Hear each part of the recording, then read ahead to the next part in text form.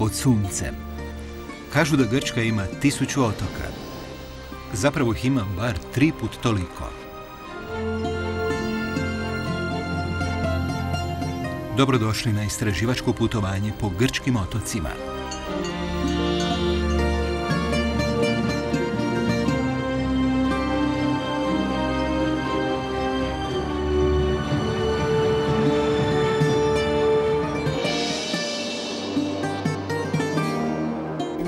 Grčki otoci.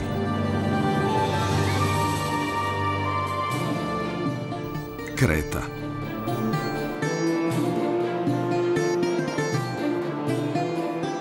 Današnja epizoda naše serije vodi nas u pravu koljevku Europe. Kretu, Zeusovo mjesto rođenja.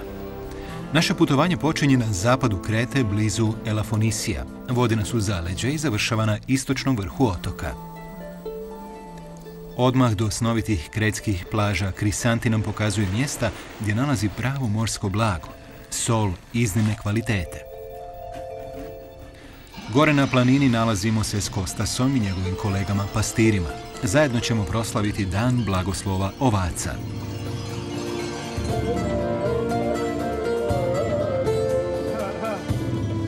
Na sjevernoj obali, na mjestu gdje je snimljen klasik Grk Zorba, nekadašnji snimatelj Walter Lasali govori nam zašto je Stavros bilo idealno mjesto za snimanje tog filma. Zajedno s Marijanom skupljamo biljke koje upotrebljava za pripremu čaja i ulja, a učimo i o vidarskim moćima prirode. U Knososu nas kićene palače podučavaju o dobu kad je većina Europljana još živjela duboko u šumu. U Matali na južnoj obali ribar Josif pokazuje nam neke špilje, baš kao što je to činio prije više od 40 godina kad su ih tražili hipiji.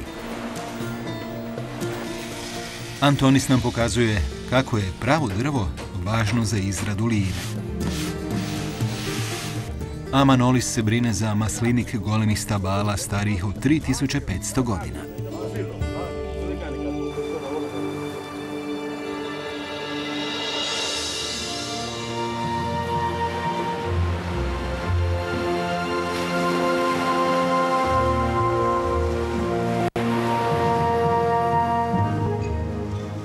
Prilazimo najjužnijoj regiji Europe sa zapada. Kreta, posljednji europski bastion prije egipatsko-libijske obale. Sljedeća je postaja Afrika. Na tom je stjenovitom otoku nekoliko planina viših od 2000 metara, a u mnogim njegovim skrovitim uvalama voda je potpuno bistra.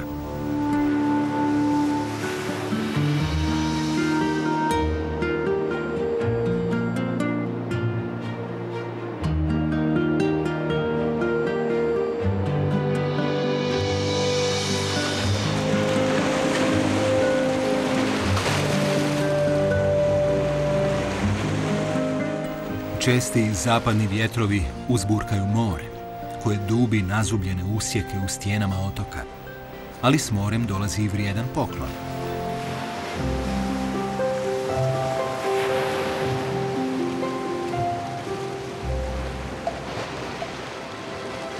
Nedaleko od Elafonisija srećemo se među stijenama s Krisanti Tekaki.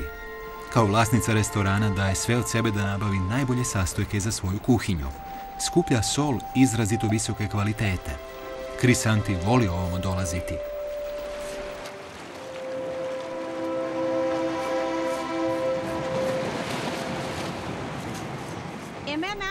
Ako mi oduzmete more, zimi ili ljeti, kada mi more nije u blizini, jednostavno venem. Takva sam. Ne mogu podnijeti zatvorenost. Što? Samo sjediti mirno na stolici? To bi me ubilo. Krisanti je zapravo rođena na planini, ali sada već desetljećima živi uz obalu i svakodnevno odlazi na more. Nekad je odlazila na ribarenje s mužem. Danas na kopnu skuplja ono što je more nudi. Sol je vrlo čista, osobito ako Krisanti ukloni sve nečistoće.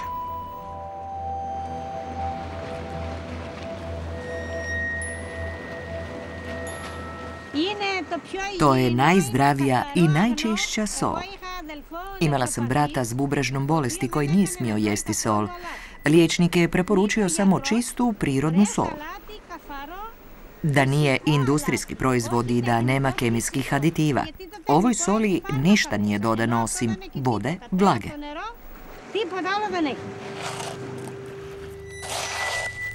Crisanti suši sol na suncu prije nego što je prodaje za 5 eura za kilogram.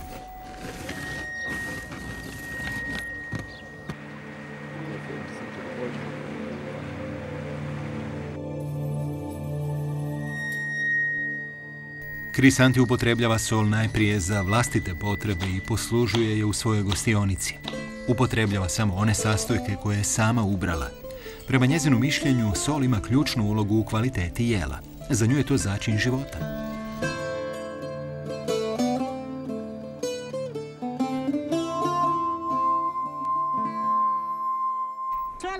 Sve je ovo naše. Ne kupujem ništa dodatno. Sve je lokalno. Sve. Sol, a i ulje. Ništa nije kupljeno u dućanu.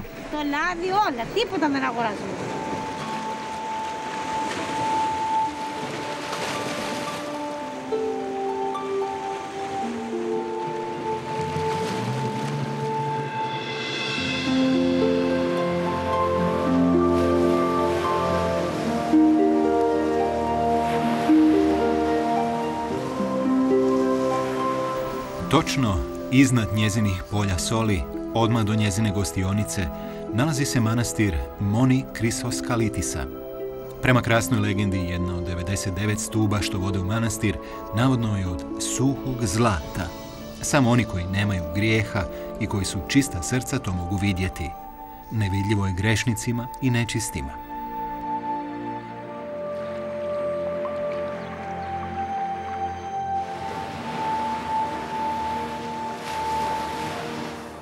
Možda je ljude strah te legende jer nema mnogo posjetilaca.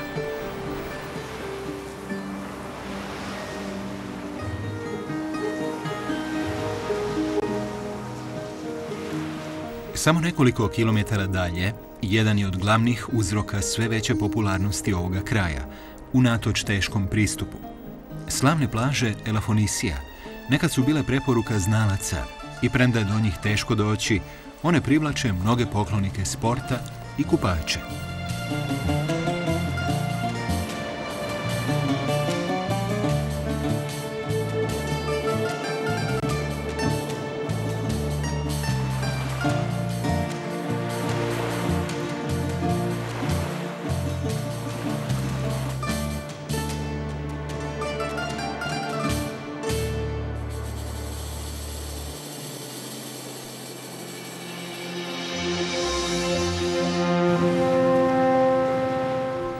Samo nekoliko minuta brodom na istok još se nešto može posjetiti točno na toj obali boje Cijana. Svjetski poznat klanac Samarija dio je tog vrletnog brdovitog otoka. Zbog svoje udaljenosti i neprohodnosti služio je kao utočište tijekom povijesti kad god bi napala neka vojska. Najuži dio, željezne dveri, otvaraju pristup bijelim planinama. Široke su tek 3 metra. Neposredno iza dveri nalaze se planinski vrhovi visine 2400 metara. Na nekima stoje mrlje snijega čak i ljeti. Vegetacija je rijetka, baš kao i životinje.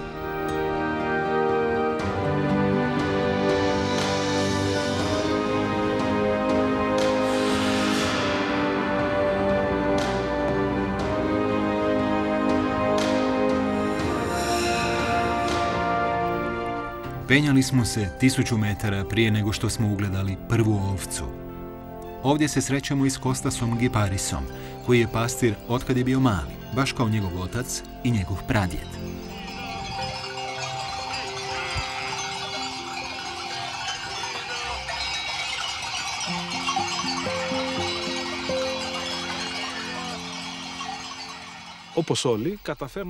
Kao i svi pastiri, prepoznajem lice svih svojih ovaca.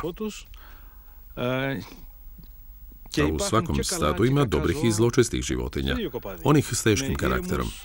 Tu i tamo imam životinje za koje pomislim da me razumiju, osjetim čak i njihovu lojalnost. Možda se to čini čudnim, ali razgovaram s njima. Svaki pastir razgovara sa svojim stadom i shvaća što ono želi, treba, a životinje pak razumiju svoga pastira.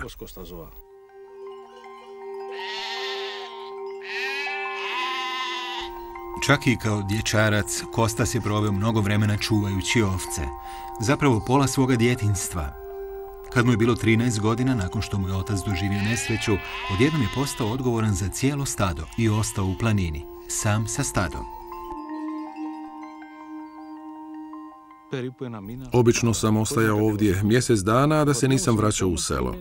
Bilo je udaljeno više od sat hoda, ali samo ako ste bili brzi i navikli na hodanje po planini.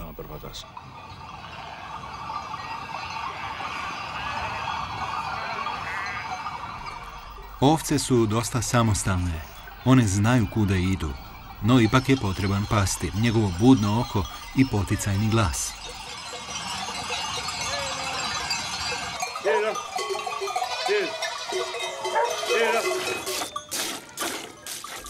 Treba ih musti jednom dnevno. Stariji, uključujući Kostasova oca, znali su predviđati budućnost gledajući u ovčje kosti. Mlađa je generacija izgubila tu sposobnost. Ne znam što je vidio, a što nije. Kad je na licu imao lukav smiješak. Kad je govorio o dobrim ili lošim stvarima. Ipak nije nas to učio. Bilo mu je draže da učimo o ovcama, o proizvodnji sira i o tome kako preživjeti na planini s oskudnim zalihama.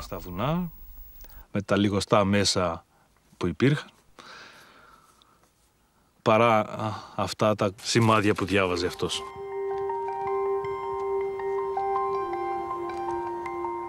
Kostas je prije sam radio sir, gravijeru. Sada nosi mlijeko u dolinu i vraća se sa sirom u svoj stari mitato. To je naziv za kameni stan koji ga čuva od lošeg vremena i hladnoće od kad je bio mlad.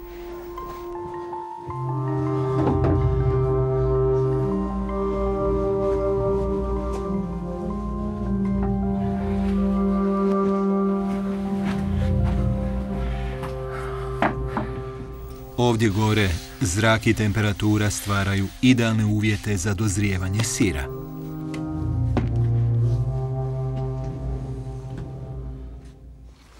Kada je Kostas bio ovdje sam kao dijete, crpio je snagu iz ovčjeg mlijeka, dvopeka i sira. Ali i iz toga da je vani i doživljava prirodu. –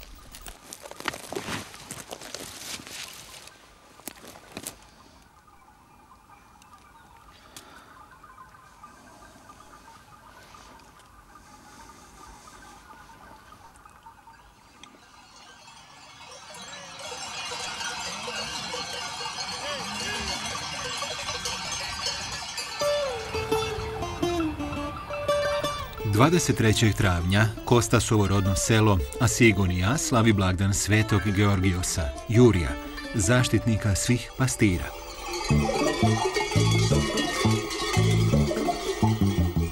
Taj dan u crkvu tjeraju sva stada, što pastirima pruža odličnu priliku da promotre stada svojih kolega.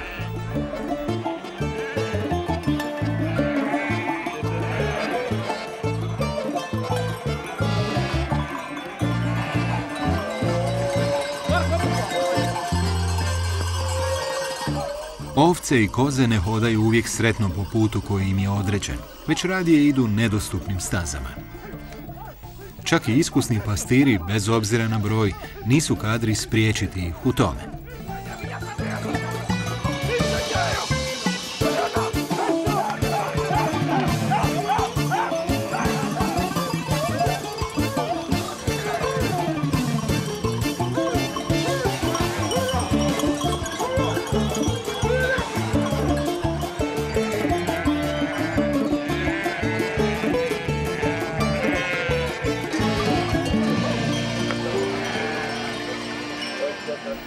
Blagoslov označava vrhunac svetkovine.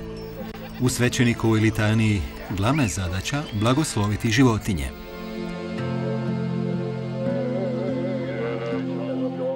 Poslije toga na redu su pastiri. Ljube stručak mirisnih trava kojima su posvećeni.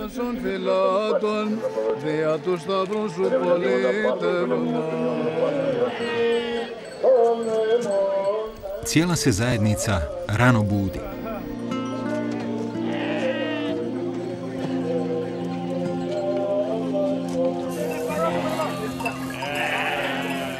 Taj dan poklanjaju sve ovčje mlijeko. Pastiri muzu 100 ovaca i to se mlijeko začini, zagrije i nudi gostima.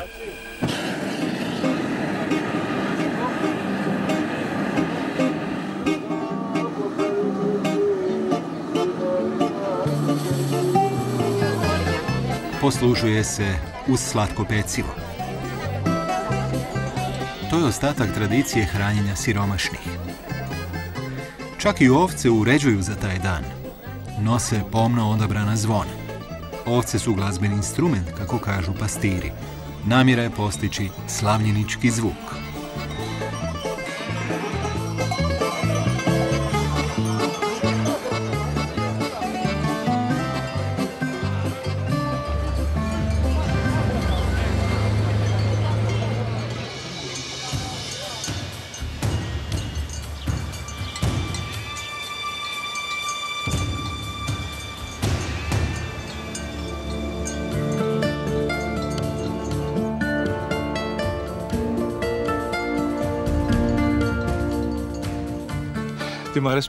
Što mi je najtraže? Jednostavno sve. Planine, stijene, zrak, horizont. Jednostavno sve.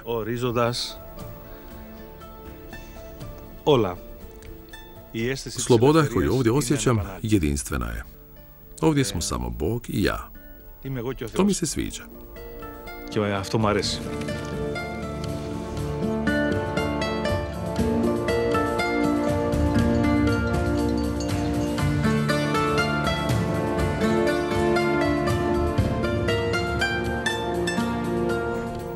Krećemo se uz beskrajne planinske lance prema sjevernoj obali.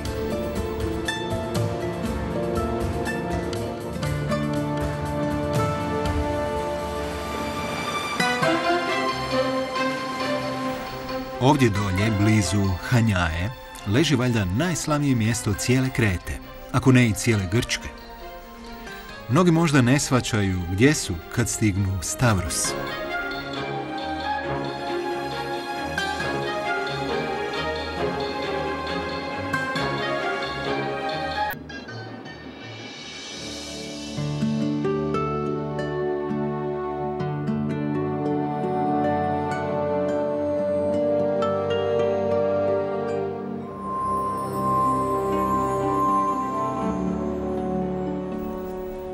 Letimo poput ptice nad morem. Prolazimo kraj plaža sjeverne obale, koje se pripremaju za navalu turista.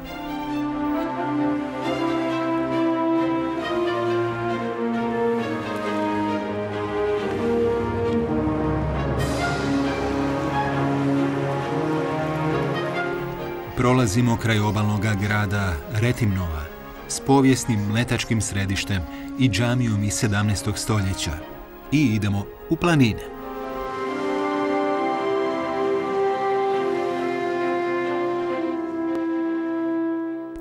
Ovdje dolazimo do Marulasa, planinskog sela sa 120 stanovnika, tek nekoliko kilometara u unutrašnjosti. I ovdje se još vidi letački utjecaj, unatoč svim potresima koji su tijekom stoljeća pogađali ovaj kraj.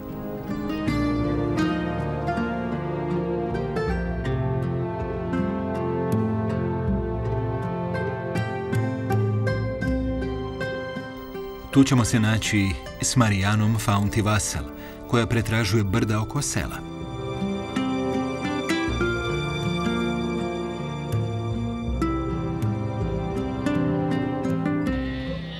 Na visini od 300 metara ona traži divlje začinsko bilje i to čini zajedno s ovcama i kozama.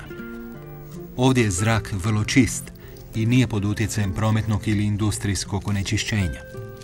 Zato bilje raste u idealnim uvjetima, što jednako cijene i Marijana i koze. No koze su ipak dobrodošla pomoć, a ne suparnik u potrazi za travama.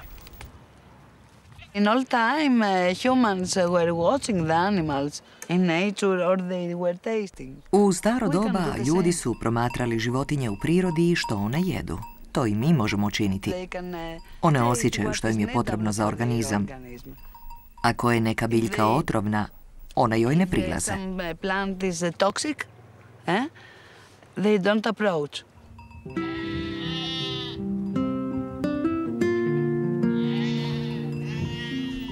Marijana je vrlo sretna što živi na Kretskim planinama. Ovdje, kaže, napokon može opet slobodno disati.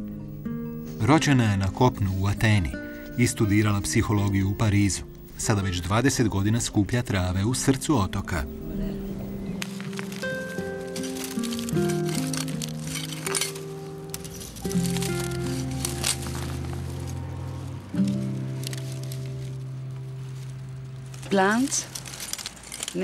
Biljkama treba naše poštovanje i ljubav, baš kao i ljudima, i mi moramo prilaziti s dubokom zahvalnošću i poštovanjem. Tada nam one nježno predaju svoje svojstva da pomognu.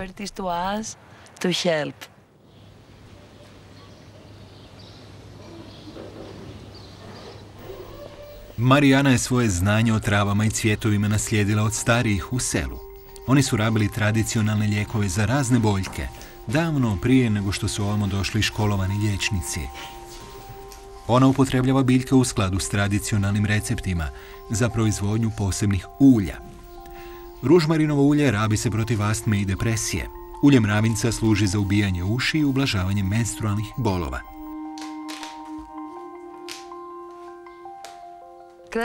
Kreta je botanički raj. Zamislite, tu ima oko 2000 endemskih biljaka. Za mene je to poput prirodne ljekarne.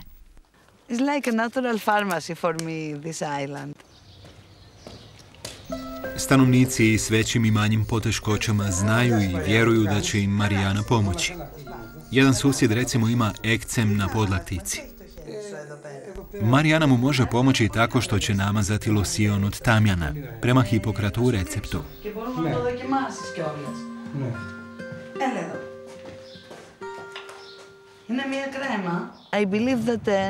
Vjerujem da priroda na svim mjestima nudi lijek koji je nama ljudima potreban.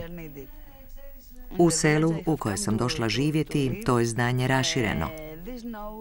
To je znanje koje se prenosi s jednog naraštaja na drugi.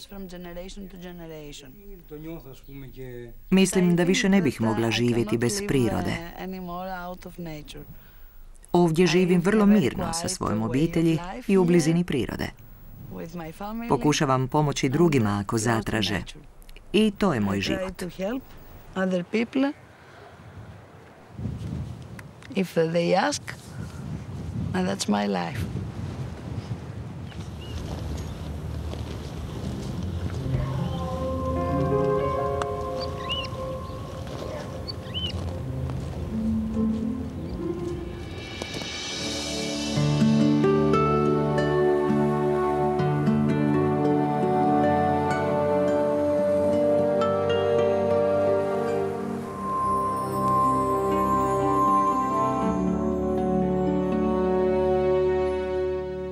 Putujemo daleko od divljine visoravni u gušće naseljeno mjesto na obali.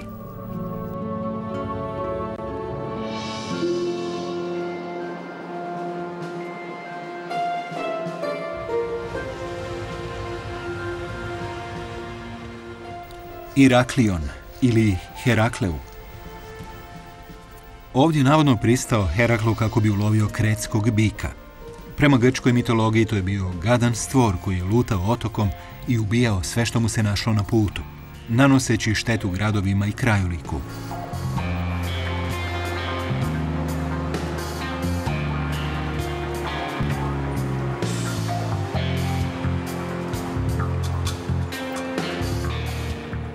Ovdje se nalazi ulica 25. kolovoza, ali u lokalnom govoru ona ima drugo ime, ulica Obmane.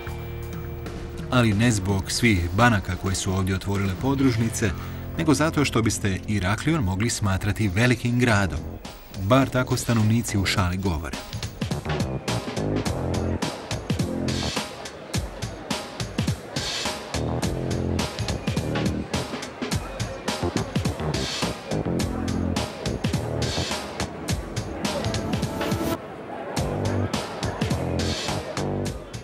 Vrlo je prikladno ovdje naći ono što je popularno u takvim turističkim središtima, kozmetičke salone, koji svoje klijente pretvaraju u hranu za ribice.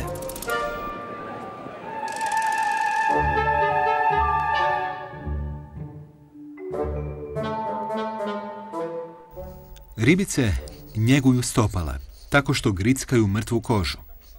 Bezbolno. Za uljepšavanje.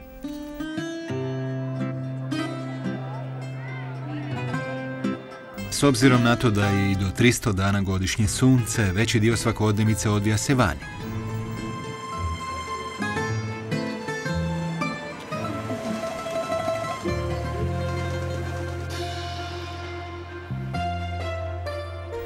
Danas je Iraklion s 200.000 stanovnika četvrti grad po veličini u Grčkoj.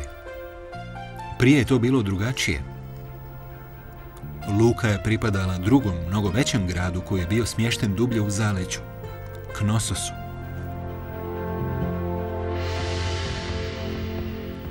Prije otprilike 4000 godina, dok je ostatak Europe još živio u špiljama, prva europska napredna civilizacija razvila se ovdje. U palači s više od 1000 soba, kupaonicama opremljenim podnim grijanjem, s hramovima i sustavom kanalizacije. Smatra se da je ovdje živjelo više od 10.000 ljudi. Minojska kultura bila je vrlo obrazovana i moćna, a ipak je to carstvo odjednom nestalo. Zašto? To je pitanje o kojem znanstvenici i dalje naveliko raspravljaju.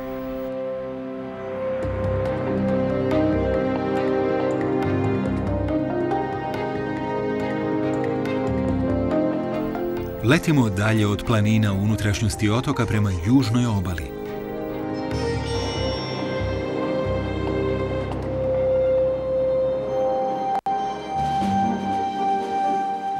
U Iraklion smo došli iz Marulasa, a sada stižemo u mjesto obavijeno skandalom, Matala.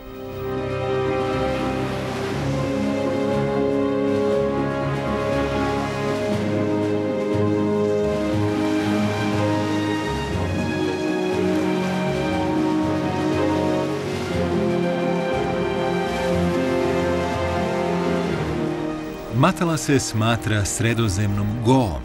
Stotine hipija našlo je utočište u tom slikovitom zaljevu tijekom 1970. godina. Sretno su živjeli nekoliko godina prije nego što ih je istjerala vojna hunta.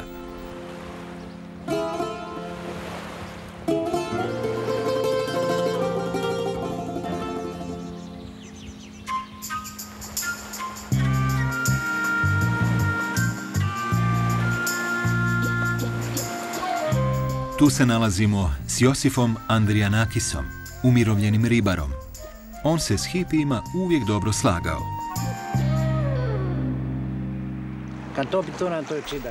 Mislim da je bila 1964. kada su se hipiji prvi put pojavili. Njih oko 150. Bili su vrlo dragi. Jednostavno, stvarno ljubazni ljudi. Stigli su sa svojim instrumentima i dugim bradama u dugoj odjeći. Nisam se družio s njima, ali sam upoznao dvoje, troje i povremeno ih poveo na čamcu, u ribolov.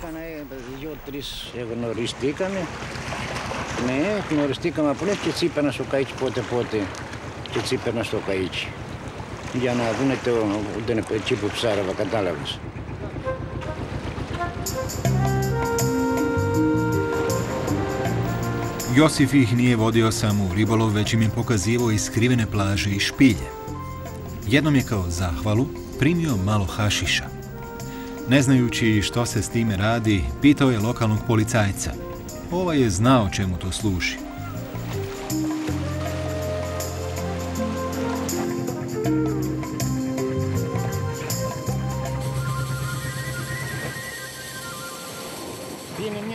Ima jedna špilja u koju se može ući, ali ulaz tako uzak da se tuda može samo kanuom. Unutra je plažica, široka tek 4-5 metara. Špilja se gotovo proteže sve do Matale. Može se ući samo kanuom i s džepnom svjetiljkom. Tako je uska, a i posve mračna. U Kamenosu doba ljudi koji su živjeli blizu obale stanovali u brojnim špiljama. Tijekom rimskog doba one su služile kao groblja. 1960-ih ovdje su živjeli hipiji i Matala je oživjela.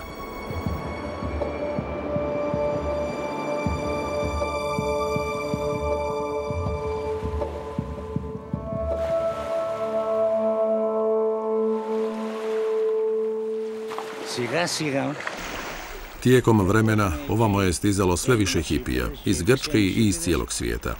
Družili su se, pjevali po cijeli dan. Zvali smo ih djeca cvijeća. Nikome nisu smetali. Neki su tražili posao. Kod Marije u pekarnici, primjerice.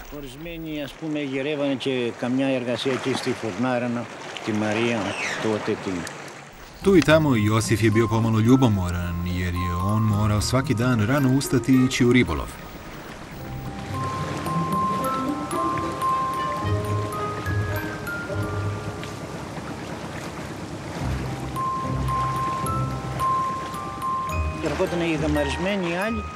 Onda su došli drugi, ludi ljudi koji su izazivali nevolje. Kad bi nešto ukrali, sve skupa je počelo smrdjeti, kako mi kažu.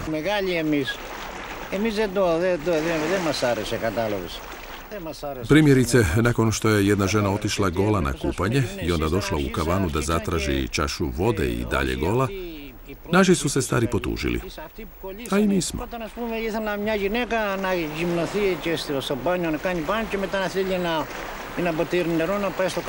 Napokon je sve doseglo stupanje na kojem ih je jednostavno bilo previše. I vojska je došla.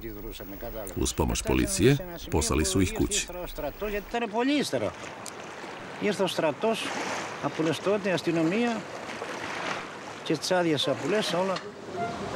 Nakon što su hipiji otišli, Matala se promijenila. Narasla je, a turisti su otkrili nekadašnje idilično ribarsko seoce. Otvorile su se mnoge gostionice. Postalo je popularno razgledavati špilje. Je li vam se Matala tada više sviđala?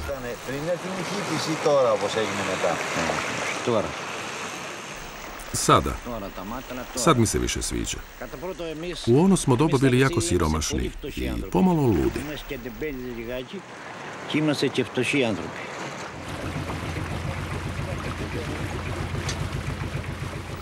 Mirnoća mjesta spada u davno prošla vremena. Danas je to meka za turiste. Vrlo ih malo ide u ribolov. Josif je u mirovini. Njegov stari čamac pripada zetu koji njime razvozi turiste.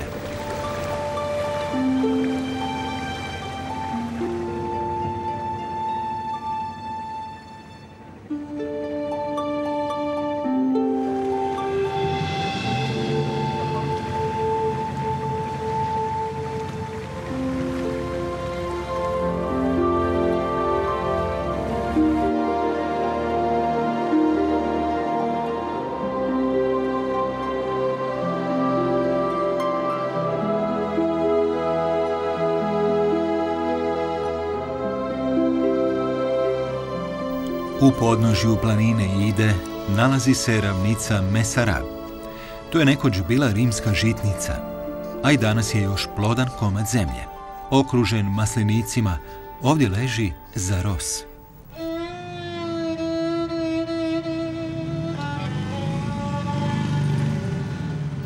Upoznajemo nekoga tko je proslavio Zaros. Antonis Stefanakis, jedan od posljednjih graditelja glazbenih instrumenata na Kreti i stvarni majstor svoje profesije. Antonis je tijekom života radio razne poslove. Bio je pastir, radio kao vozač kamiona u Njemačkoj, zato voli govoriti njemački, bio je stolar i plesač i sve to radio s entuzijazmom.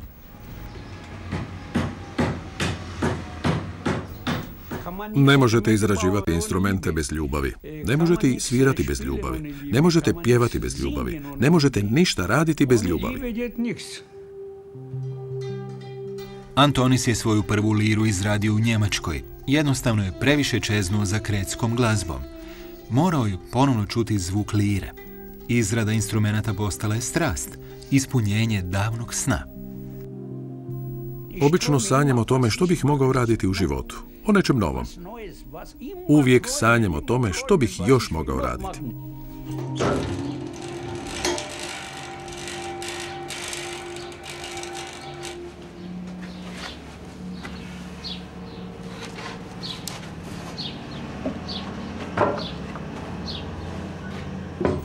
Antonis uvijek traži iznimno drvo, neko koje treba govoriti, pjevati.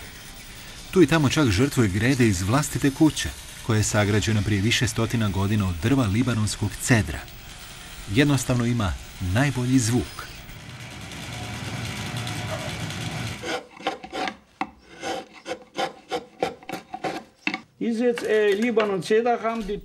Ovaj libanonski cedar donijeli su ovamo Turci prije 500 godina.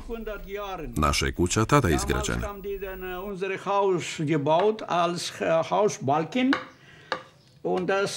Vrlo je aromatično drvo i zato ostaje zdravo. Nema crvotočine. To je jedno od najboljeg drva za kretsku liru. Antonis ne pravi samo lire, već i mandoline, buzukije, violine i lutnje. I svi su instrumenti jedinstveni. Svako toliko doživi prosvjetljenje. Bila je tu jedna žena na pragu. Kad je ušlo, pitam, mogu li vam pomoći? Ne, samo gledam, kaže ona. I onda, gospodine Stefanakis, vi to pogrešno radite. A kako vi to radite, pitam ja. Pa dajte da vam pokažem. Ovako. Ovako. I ona mi pokaže. A sada vi pokušajte. Bio sam tu točno kao i sada. I pokušao sam. I bilo je odlično. I tada se Antonis probudio. Opet je sanjao, pa ipak primio je tu viziju k srcu i izradio sljedeću liru na taj novi način. Od 1000 sitnih komadića, baš kao u snu. I to je 16.000 komadića drva. 16.000 komadića drva zaljepljenih zajedno, a rezultat tako divno zvuči da je Antonis patentirao tu metodu slaganja. Dok sam u svojoj radionici, mozak mi je slobodan. Ima li ljudi vani ili imam li obitelj? Ne. Ja sam tu samo zbog svoje ljubavi.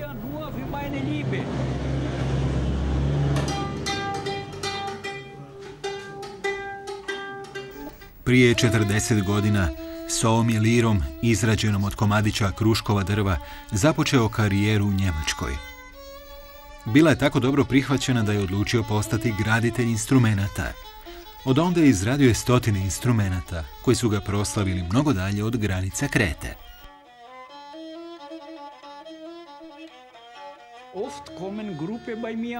Često me posjećuju grupe iz Amerike, studenti i njihovi profesori. A na kraju im kažem, kad izabirete neku profesiju, molim vas, prvo je zavolite. Snažno je volite. Antonis Stefanakis voli svoj posao, svoj život i glazbu.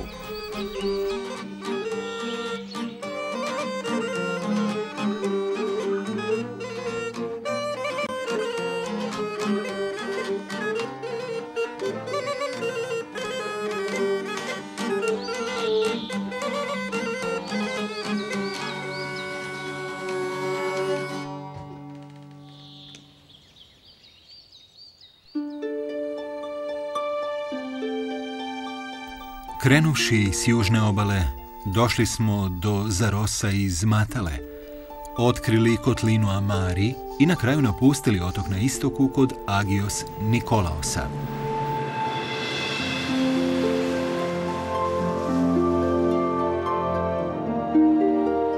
Kotlina Amari, velika plodna dolina, vrlo poznata po slavnom kretskom maslinovom ulju. Iskapanja su otkrila stolne masline stare 3500 godina. Divlje masline stigle su sa Srednjeg istoka, a zahvaljujući Krećanima posađene su i prvi put kultivirane. Zajedno s grčkim osvajanjima, Sredozemlje se proširilo i umijeće kultivacije maslina. Danas je maslinovo ulje glavni izvor prihoda na otoku, odmah poslije turizma.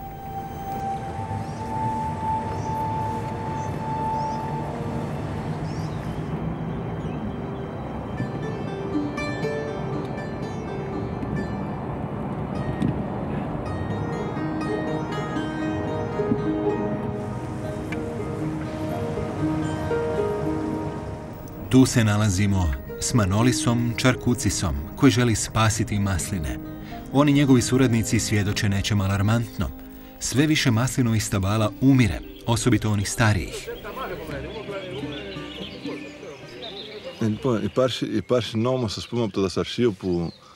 Postoje zakoni koji štite hrast, platanu, palmu, ali nijedan zakon ne štiti mnogo starija stabla masline, premda hrane čovječanstvo već tisućljećima.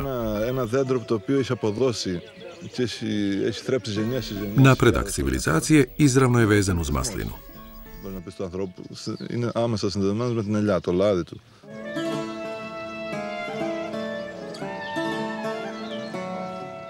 Manolis je zabrinut. Sve se više stabala ruši, jer im je drvo vrlo traženo, ili zato što smetaju građevinskim projektima, ili zato što ih upotrebljavaju za ogrjev.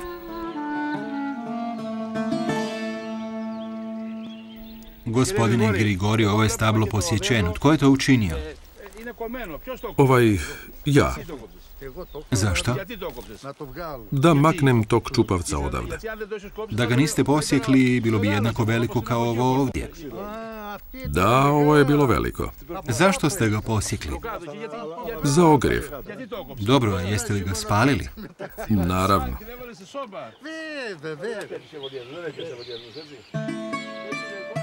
S pomoću laboratorijskih uzoraka neka su stabla ove regije datirana nekoliko tisuća godina u prošlost.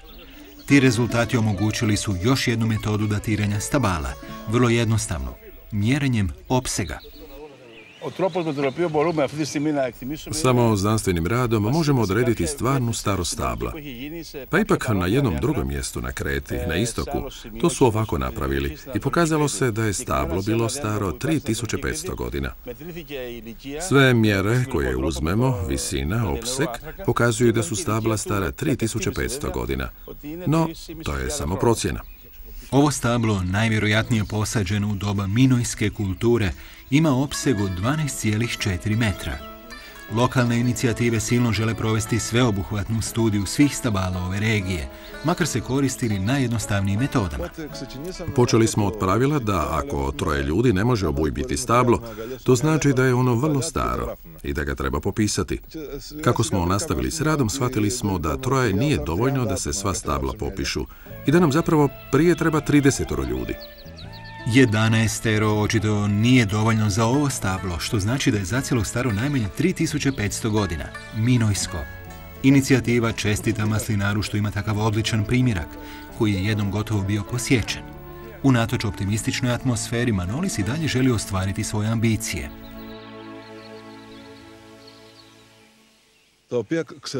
Masline se svakodnevno sijeku za ogrjev ili javne radove, ili jednostavno zbog obrade zemlje. Moramo ih zaštititi odmah, inače ćemo za 10 godina masline viđati samo na slikama ili fotografijama.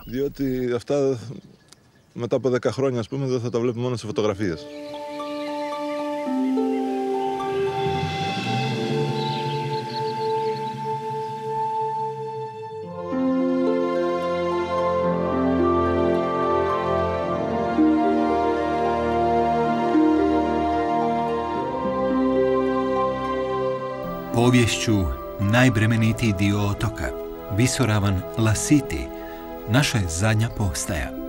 To je stvarna koljevka Europe.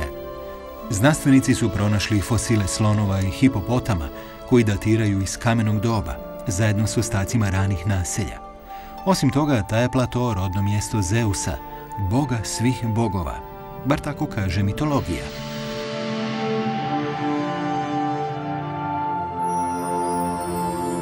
To je zaista izvanredan vid našeg civilizacijskog procesa, jer je Zeus volio Kretu. Preobražen u bika, otao je prekrasnu Europu i doveo je ovamo. Svoje ime darovala ne Kreti, već cijelom kontinentu i ostavila nam raj u nasljeđe. Grčke otoke.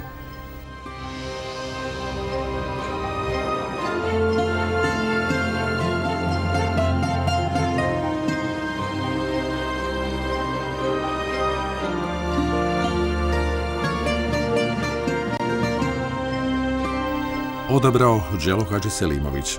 Spikeri Miljenko Kokot, Lidija Kardum i Drago Celizić. Prevela Lara Matković. Lektorirala Kata Zalović-Fištar. Tonski obradio Mladen Klancir. Pripremila Branimira Borčić-Nemec. Obrada Hrvatska radiotelevizija.